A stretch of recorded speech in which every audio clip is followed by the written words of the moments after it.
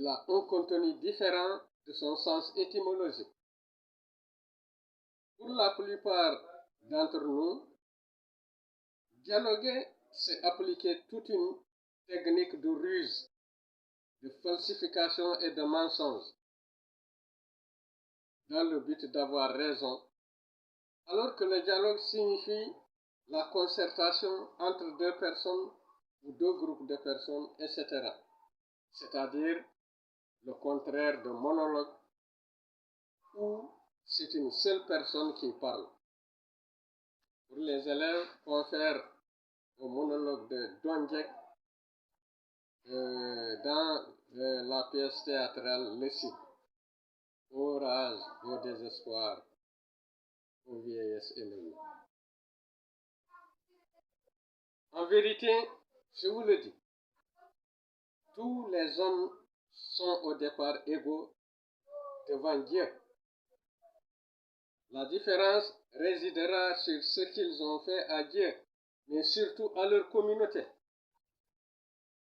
Vous avez beau vous prosterner à l'église comme à la mosquée, si durant toute votre existence, vous n'avez fait que vivre sur le dos des citoyens, vous irez en enfer.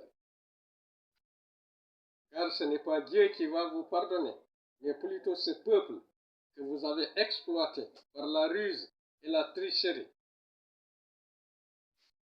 Votre péché restera toujours intact tant que vous ne vous excuserez pas en communiquant de manière audible votre crime à celui ayant subi le préjudice.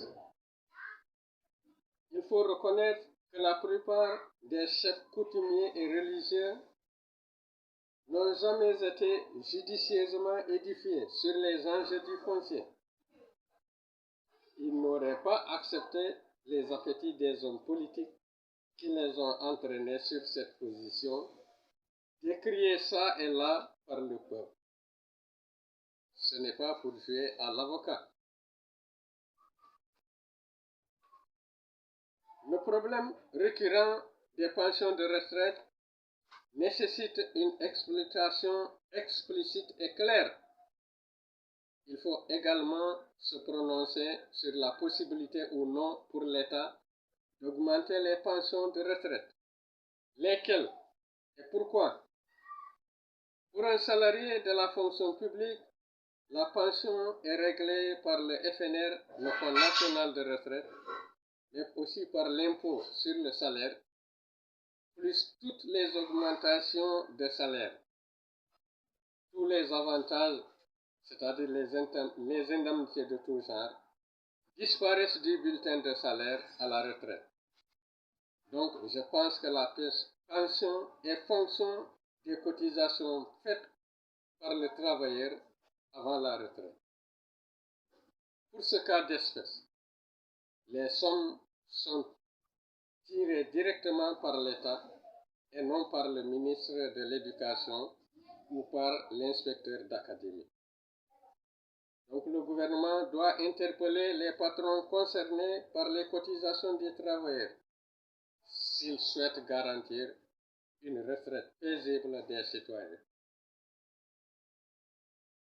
Chers auditeurs, je vous remercie.